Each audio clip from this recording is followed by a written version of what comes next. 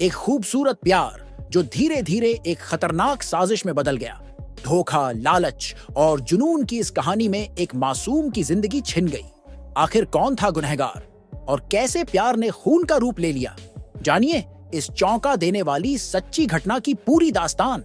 यह कहानी सिर्फ एक हत्या की नहीं, बल्कि प्यार, जुनून और साजिश के अंधेरे खेल की है।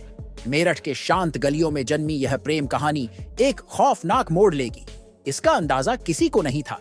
मुस्कान और साहिल के इश्क ने सौरभ की जिंदगी छीन ली, लेकिन यह कत्ल महज एक गुस्से में लिया गया फैसला नहीं था। यह थी एक सोची समझी साजिश, जहां मोहब्बत के नाम पर खून बहाया गया। सौरभ कुमार एक साधारण मेहनती लड़का जिसने अपनी पूरी दुनिया मुस्कान के प्यार में बसा ली थी। दूसरी तरफ थी मुस्कान रस्तोगी, एक महत्वाकांक्षी लड़की जिसे लग्जरी और रोमांच से भरी जिंदगी चाहिए थी।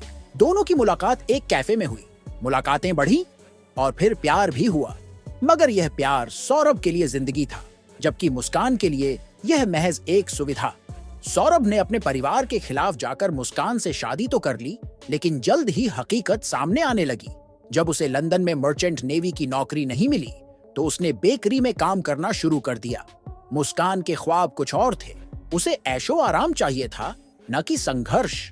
यही वजह थी कि जब उसकी जिंदगी में साहिल शुक्ला आया, तो उसकी इच्छाओं ने एक नया मोड़ ले लिया। साहिल शुक्ला एक 18 साल का लड़का जो अंधविश्वासों में गहरे तक डूबा हुआ था। उसकी मां की मौत बचपन में हो गई थी, लेकिन वह इस सच्चाई को कभी स्वीकार नहीं कर पाया। मुस्कान ने उसकी इसी कमजोरी को हथियार बना लिया। उसने उसे यह यकीन दिलाया कि उसकी मां की आत्मा चाहती है कि वे दोनों साथ रहें। धीरे धीरे साहिल मुस्कान के मोहजाल में फंसता गया और उसके इशारों पर चलने लगा। अब सौरभ इस प्रेम कहानी की सबसे बड़ी बाधा था।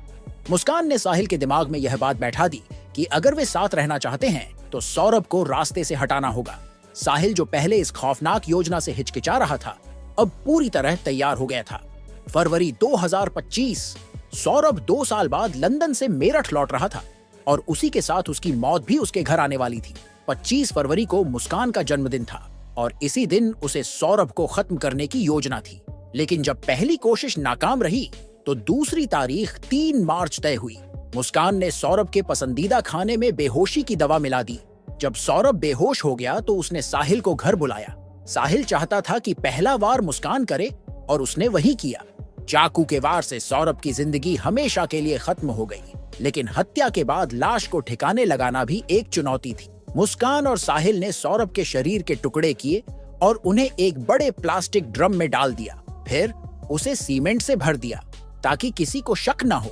वे यह सोच रहे थे कि अब वे पूरी तरह सुरक्षित हैं। कत्ल के बाद मुस्कान और साहिल आराम से शिमला और मनाली घूमने निकल गए। उन्हें लगा कि वे हमेशा के लिए आजाद हो चुके हैं, लेकिन मुस्कान ने एक गलती कर दी। जब पैसे खत्म होने लगे, तो उसने अपनी मां को फोन कर पैसों की मांग कर ली। जब मां ने पूछा कि सौरभ कहां है, तो उसने बेखौफ होकर कह दिया, सौरभ अब इस दुनिया में नहीं है, हमने उसे मार दिया। बस यहीं से कहानी बदल गई। उसकी मां ने यह बात सौरभ के परिवार को बता दी। जब उसका भाई राहुल उसके घर पहुंचा, तो वहां एक अजीब बदबू थी। उसे शक हुआ और पुलिस को बुला लिया गया। पुलिस ने घर की तलाशी ली और जब उस भारी ड्रम को तोड़ा गया, तो सौरभ की लाश का भयानक सच सामने आ गया। मुस्कान और साहिल को गिरफ्तार कर लिया गया। एक प्यार जो किसी की जिंदगी बनने वाला था, वही उसकी मौत की वजह बन गया। यह सिर्फ एक हत्या नहीं थी, यह उस अंधेरे इश्क की दास्तान थी जो जुनून की हदें पार कर चुका था। मुस्कान ने अपने ख्वाबों को पूरा करने के लिए अपना सबसे बड़ा गुनाह कर दिया था, और साहिल एक ऐसा मोहरा बन गया जिसे पता ही नहीं चला कि उसकी जिंदगी अब सिर्फ जेल की सलाखों तक सीमित रहने वाली है। बाकी दोस्तों, इस पर आपका क्या कहना है? आप हमें कमेंट में जरूर बताएं और वीडियो को लाइक कर दें, ताकि आपके लिए और खबरें हम लाते रहें। और चैनल पर नए हो तो चैनल को सब्सक्राइब कर लेना, ताकि आपको सारी अपडेट मिले सबसे पहले।